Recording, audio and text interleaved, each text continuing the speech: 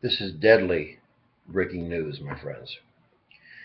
I don't know if you've been living under a rock, not Iraq, but a rock, for the last, let's just say the last 6 months. But the birth pangs have been going crazy.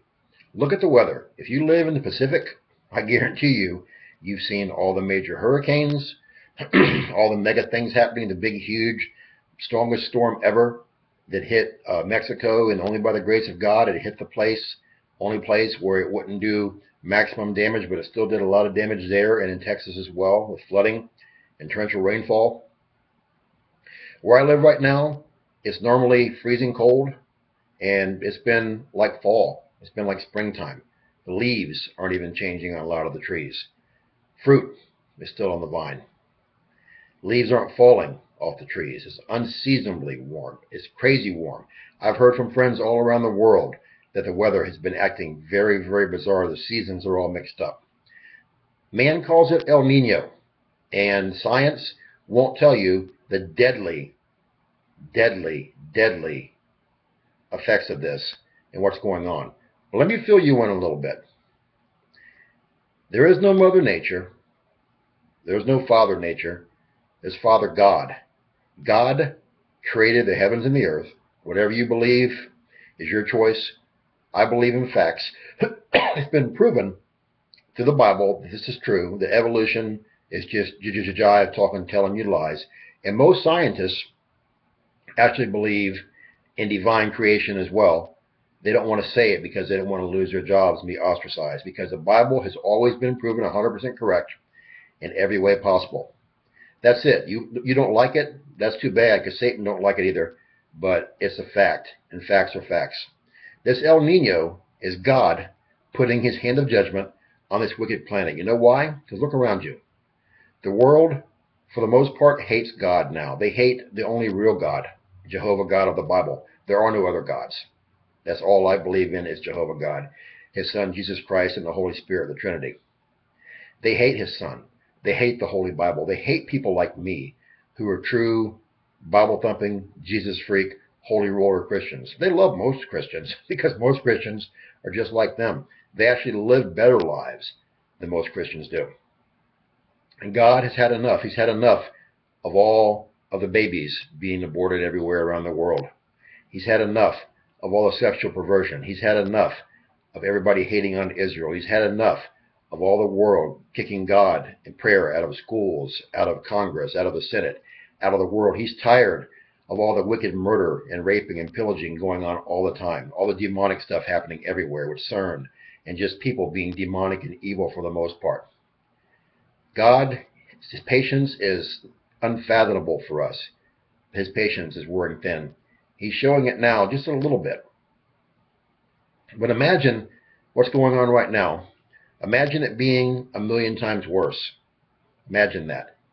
You can't imagine it.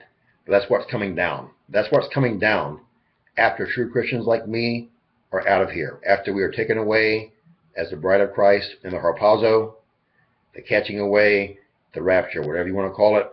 Look in the Greek and Hebrew transcripts. Harpazo and catching away, they're there, and they mean rapture. And when it happens, the world will be puzzled, because most Christians will be here. Your Joel Osteens will be here.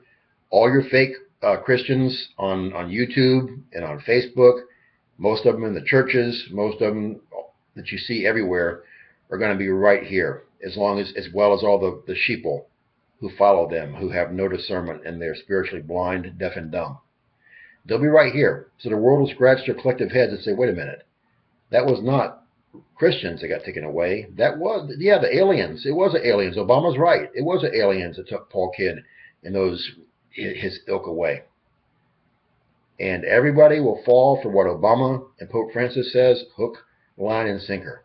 And I believe real aliens will come down and pronounce who Obama is, that he's actually their king or their lord. And so you can think whatever you want to think about me. Think that I'm crazy. Use your infantile saying about tinfoil hats. It's just so infantile and childish. It just baffles the mind, dumbfounds me. It doesn't matter. But when I'm gone and you're stuck here, it's going to all start playing out. And what's going to be really bad is most of you, the Christians who are backslidden, who won't repent, who are going to be left behind with the unsaved, you'll take the mark of the beast because you won't think the mark of the beast is here yet because you don't think the rapture's happened yet, and you're going to be all buffalo because if you can't figure it out with the Holy Spirit here right now, how are you going to do it when 99% of him is gone? Only a small remnant is left because he's omnipresent. How are you going to figure it out? I'm trying to tell you as a watchman. I tell you till I'm blue in the face. I keep beating home the message to everyone what's going down. You believe what you want to believe, but what you see in the world right now is going to be like it's on steroids soon. Here's the only way, the only chance you have. Christians, if you're living in sin that's not been repented of since you're saved, I don't care about your eternal security fantasies and fairy tales.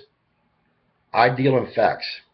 I have 250 scripture and exhaustive commentary that a little kid can understand, a child, that proves you have to repent of your sins after you're saved. If you want a copy, message me. Have 150 scripture that proves the harpazo is pre-trib. Message me. But if you're here, you got about a 1 in 3 chance of making it to heaven because about 2/3 of all human beings will be wiped out in the most grotesque, awful, horrific, terrible deaths imaginable. Why would you even go through all of that?